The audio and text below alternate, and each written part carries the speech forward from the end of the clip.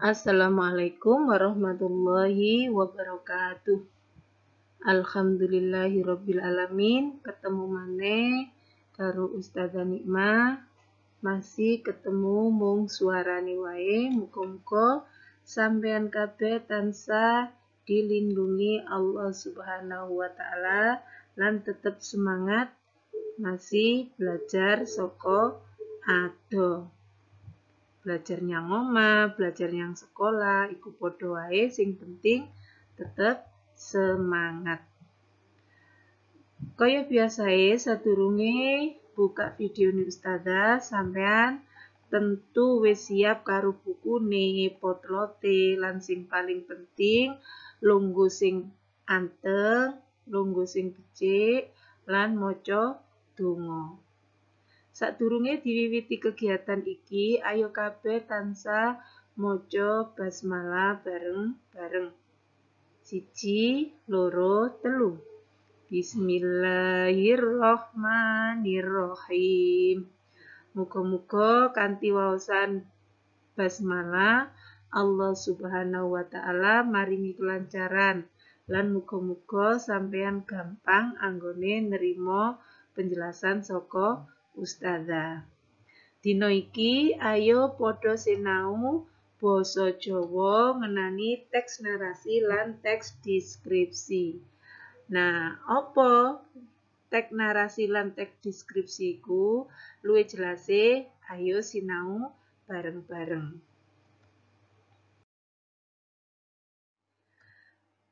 Teks narasi sing diarani teks narasi yaiku karangan kiasan kang maparake kedadean utawa prastawa nyata utawa prastawa rekaan. Jadi karangan yang menggambarkan kejadian peristiwa nyata atau peristiwa tidak nyata atau rekaan. Ku jenenge teks narasi.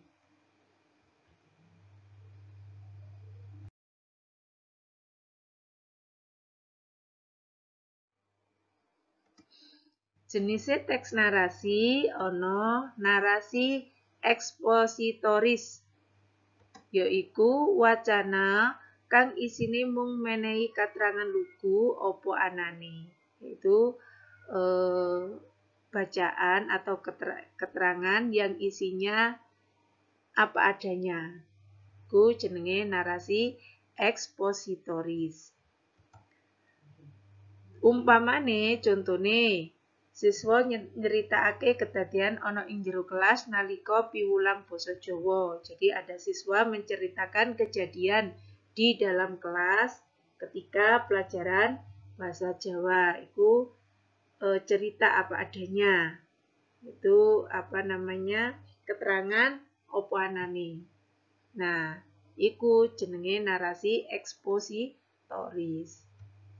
Kaping pindho narasi sugestif, yaiku wacana kang diracik kanthi runtut nganti bisa munggah pengangen-angene wong kang maca. Jadi keterangan yang dibuat secara runtut, sehingga bisa menjadikan bayangan bagi yang membaca. Contone dongeng lan cerkak.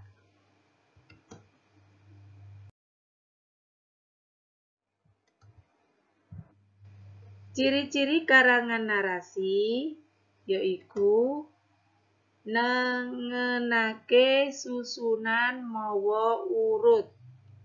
Jadi susunannya urut.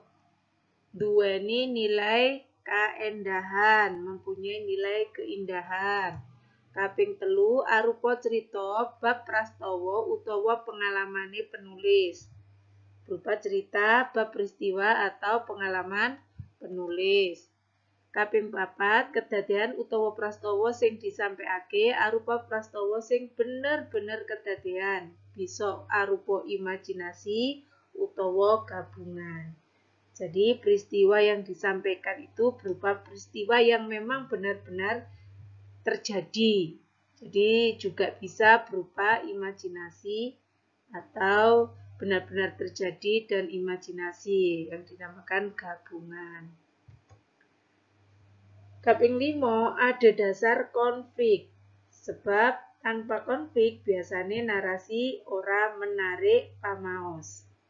Jadi berdasarkan konflik, karena tanpa konflik biasanya narasi tidak menarik pembacanya. Jadi itulah ciri-ciri karangan narasi, susunannya urut, mempunyai nilai keindahan, menceritakan tentang peristiwa pengalaman penulis, bisa jadi seperti itu, dan kejadian yang disampaikan itu benar-benar terjadi, atau bisa berupa imajinasi dan berdasarkan konflik. Sabanjure contoh teks narasi. Coba gatekno contoh teks narasi. Si jago abang. Nah, iso sampeyan waca isi si jago abang iki.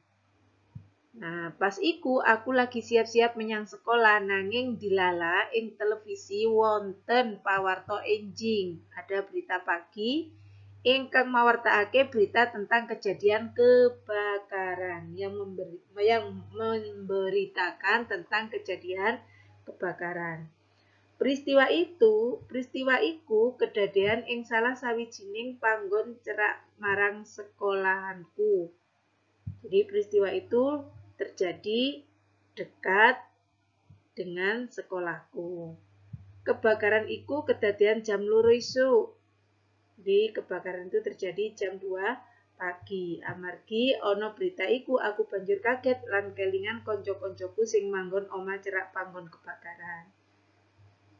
Ning sajroning batin aku ndonga supados rencang-rencangku ora ana sing kenapa-napa. Jadi setelah kejadian kebakaran jam 2 pagi itu teringat dengan teman-teman yang dekat dengan kejadian kebakaran dan berdoa supaya teman-temannya tidak kenapa-napa.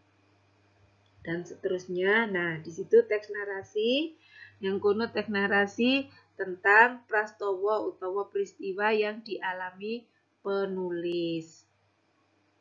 Paham nggih?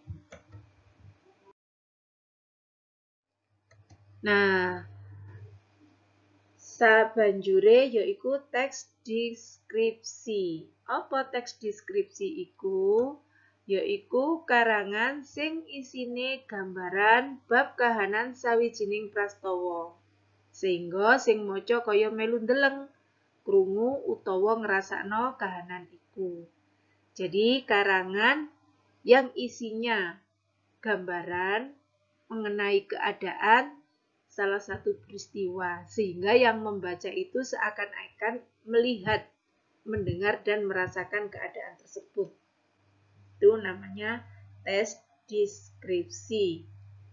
Jadi pembaca seakan-akan mengalami kejadian tersebut. Jenis teks deskripsi yaitu deskripsi ekspositori.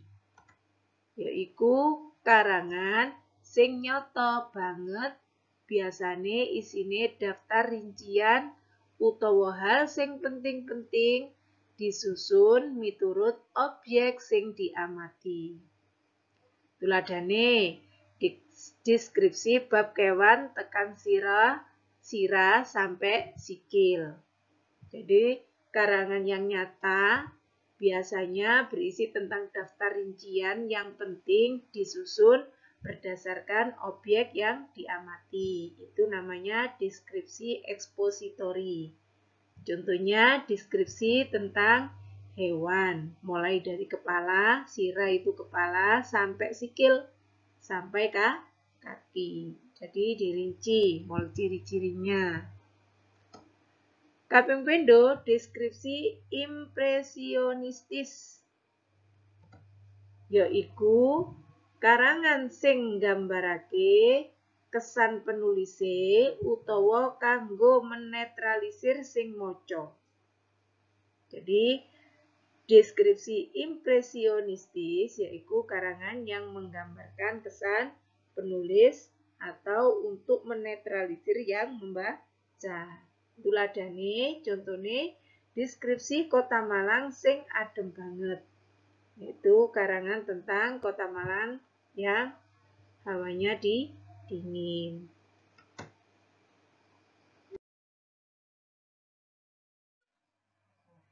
Ciri-ciri karangan deskripsi nomor 1, luwih akeh ngandharake bab-bab kang bisa dirungokake, dideleng lan dirasakake. Jadi lebih banyak mengandalkan hal-hal yang bisa didengarkan, dilihat dan dirasakan. Nah, obyeknya atau objeke arupa barang, alam, werna, menungso. Nah, itulah objek karangan deskripsi. Ciri kaping pindho, luwih menehi pengaruh sensitif lan nembangake imajinasine sing maca. Lebih memberi pengaruh sensitif, imajinasi yang membaca. Kaping 3, luwih ngetokake rinciane objek, lebih memperlihatkan rincian objek. Kaping 4, deskripsi ditulis nganggo pilihan tembung sing nggugah. Jadi, karangan deskripsi ditulis dengan pilihan kata yang dapat menggugah pembaca. Nah, contoh karangan deskripsi yaitu panganan jenenge klepon. Apa klepon iku? Dibuat karangan, digawe karangane. Klepon yaiku panganan tradisional wong Jawa kang digawe saka glepung beras. Tepung beras, glepung itu tepung. Glepung beras ketan kang awujud bunder mblondho kang duweni ukuran kaya dolanan bocah.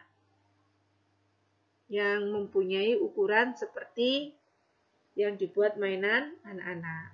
Klepon biasanya warnane ijo, nanging ana uga sing warna kuning, abang lan ora ana warnane. Bermacam-macam, tergantung yang membikin sesuai selera. Rasane legi amarga ing tengahe ana isine arupa gula Jawa cair. Dadi pas dipangan rasane maknyus, teksture amoh, lan nang bagian jabane ana ampas enom kang nambahi cita rasa saka klepon iki. Nah, menggambarkan secara rinci ciri-ciri suatu benda. Digambarake seakan-akan pembaca itu mengalami dan melihat sendiri. Iku jenenge karangan deskripsi. Urut-urutane gawe karangan yaiku 1. Nemtokake utawa milih tema atau topik karangan. Nomor 2, netepake tujuan. Nomor 3, netepake bahan atau informasi. Nomor 4, ngembangake karangan tulisan. Nomor 5, ngembangake bagian utawa kerangka karangan. Jadi, tetep padha karo karangan liyane, nentokno tema, banjur tujuane ditentokno, terus netepno bahan utawa informasi, teko informasi dikembangno dadi karangan tulisan, terus dikembangno maneh dadi kerangka karangan.